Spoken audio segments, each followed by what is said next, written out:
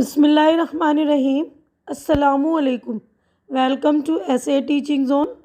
आज की हमारी ये वीडियो है 10वीं क्लास की किताब दूर पास का कर रहे हैं। आज हम चैप्टर नंबर 4 काट के बोने।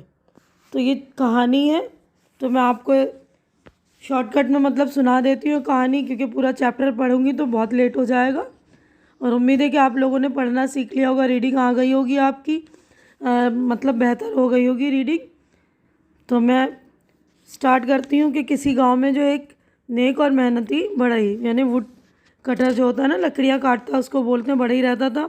वो रोज़ जंगल से सूखे पेड़ों की लकड़ियाँ लाकर घरों में काम आने वाली मुख्तलिफ़ चीज़ें बनाकर इन्हें बाज़ार में बेचता और अपना गुजारा करता था। बढ़ई को इस तरह काम करते हुए कई साल गुजर गए। आसपास के जंगलों के सारे सूखे पेड़ ख़त्म हो गए। उसने सोचा अब क्या किया जाए। इसने सूखे टूटे या आंधी में गिरे पड़े पेड़ों के अलावा कभी हरे भरे पेड़ों को नहीं काटा था। मजबूर होकर इसने एक हरा बड़ा दरख्त काटने के लिए अपनी कुल्हाड़ी उठाई, लेकिन इसके दिल ने ये बात गवारा न की कि वो हरे भरे पेड़ को काटकर अपना काम चलाए। आखिरकार उसने कुल्हाड़ी ज़मीन पर रख दी और सोचने लगा, अगर लकड़ियाँ नहीं मिलेंगी तो फाकों की नौबत आ जाएगी, यानी भूखे रहने की नौबत आ जाएगी। उसने फिर कुल्हाड़ी उठाई। अचानक उसे ख्याल आया कि पूरब की तरफ फैले हुए घने जंगलों में बहुत सी लकड़ियाँ मिल सकती है, लेकिन वह जंगल बहुत घना और ख़तरनाक है। वहाँ जाना ख़तरे से खाली नहीं, क्योंकि वहाँ जंगली और ख़तरनाक जानवर रहते हैं। बड़े अपने दिल में ये बात ठान चुका था कि किसी हरे भरे दरख्त को नहीं काटेगा, चाहे उसे सूखी लकड़ियाँ हासिल करने में कितनी ही दिक्कतें पेश आएँ। ये सोचकर वो पूरब की तरफ चल पड़ा।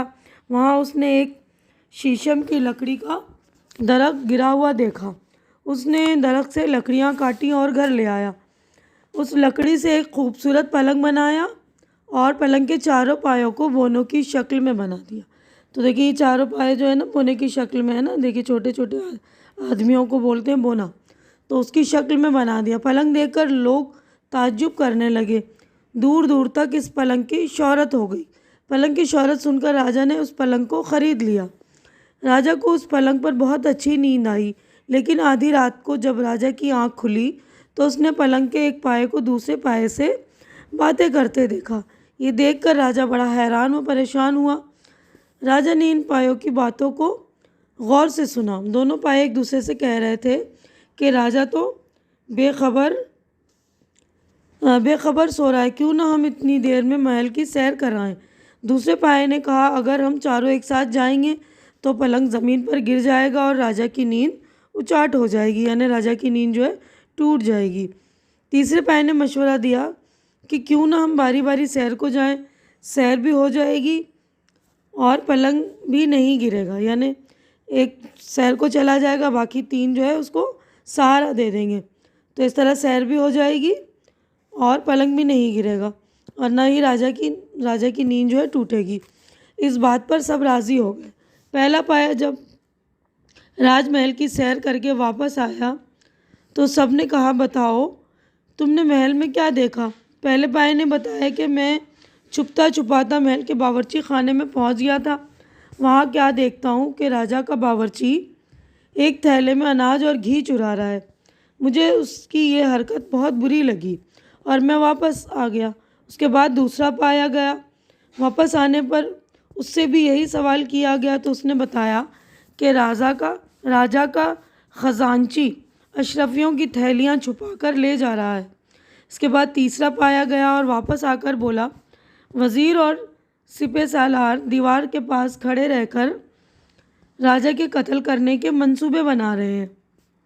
वो लोग राजा को कत्ल करके इसका राजपाट को अपने कब्ज़े में कर लेना चाहते हैं। चौथे पाए ने कहा, तुम तीनों ने जो देखा इसमें हैरान होने की क्या बात है। ऐशो आराम और गफलत की नींद सोने वाले राजा का यही अंजाम होता है, यानी जो गाफिल होता है उसका तो अंजाम बर्बादी ही होता है ना। जो राजा अपने महल के हालात और ख़जाने से बेखबर हो तो अपनी रियाया की हिफाजत और निगरानी कैसे कर सकता है। ऐसे राजा का मारा जाना ही अच्छा है।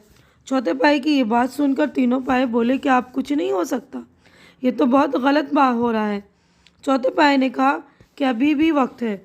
अगर राजा अपनी गफलत की नींद से बेदार हो जाए और अपनी जिम्मेदारियों को समझे और साजिश करने वालों को सज़ा दे तो सब कुछ ठीक हो सकता है।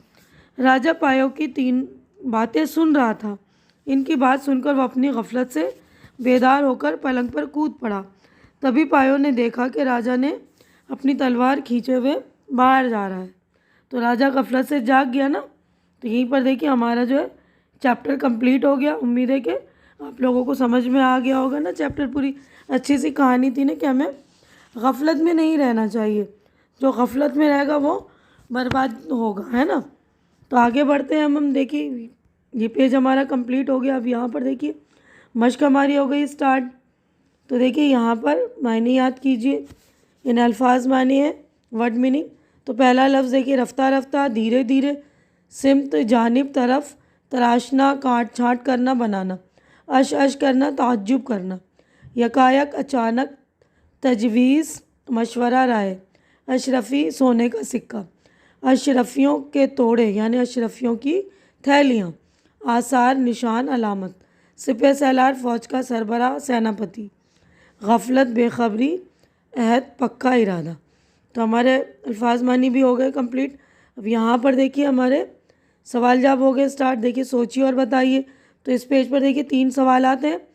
पहला सवाल है बढ़ई में कौन सी अच्छी आदतें थीं। ठीक है, तो इस पेज पर तो 3 सवाल आते हैं। आगे नेक्स्ट पेज पर हम देखते हैं तो यहाँ पर 2 सवाल और हैं, यानी टोटल जो हमारे 5 सवाल आते हैं। तो इसके जवाब देख लीजिए आप। तो देखिए पहले का जवाब है बढ़ई बहुत नेक और मेहनती था। वो टूटे और सूखे पेड़ों के अलावा किसी हरे भरे पेड़ को नहीं काटता था। सवाल नंबर 2 है बढ़ई का रोज़ाना का क्या मामूल था। मामूल यानी जो रोज़ाना के काम होते हैं उसको बोलते हैं मामूल।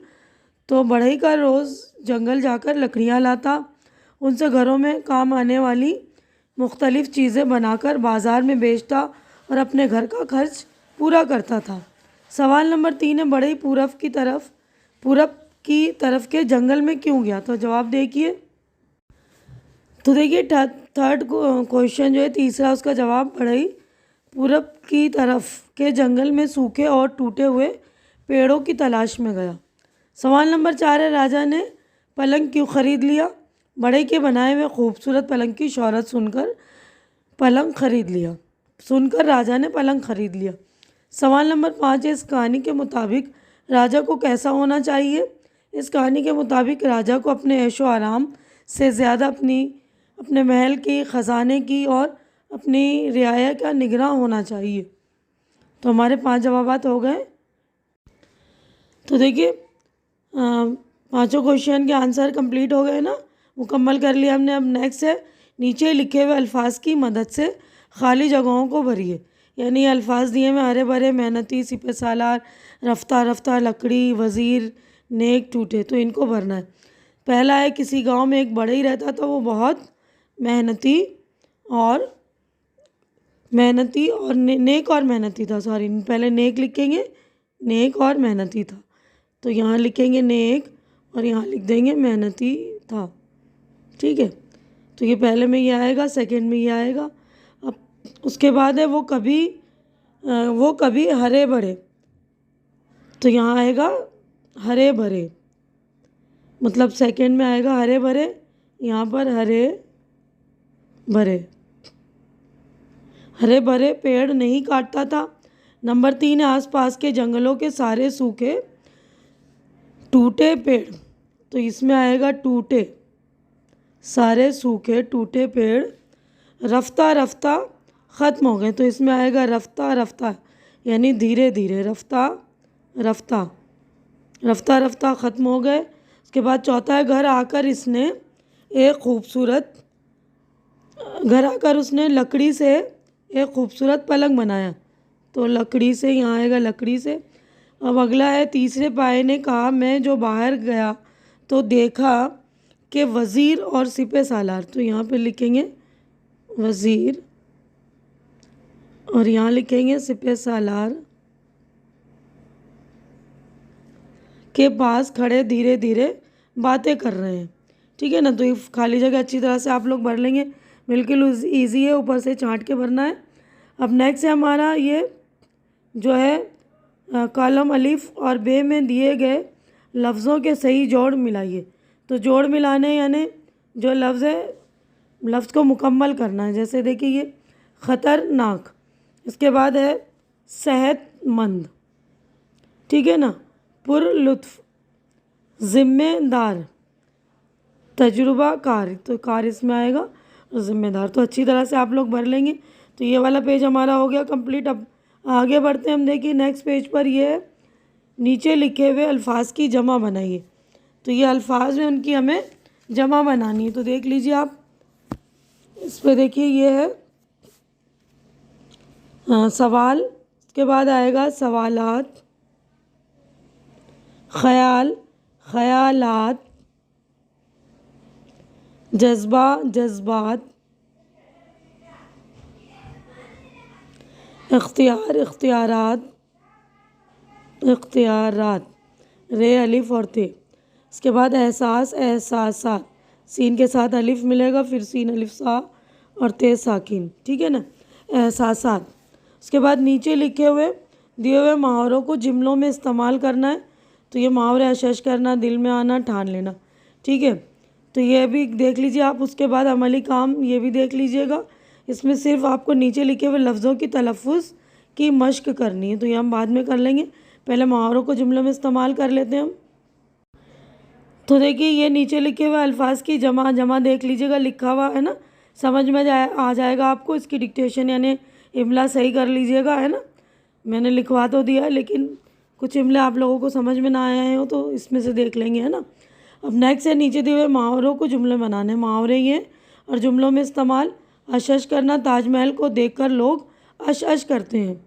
दिल में आना, मेरे दिल में आया कि यही वक्त है इससे बदला लेने के लिए मुनासिब है। ठान लेना, मैंने ठान लिया कि आज से सोमो सलात की पाबंदी करूँगा।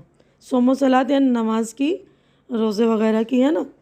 तो उसके बाद देखिए ये हो गया हमारा कंप्लीट।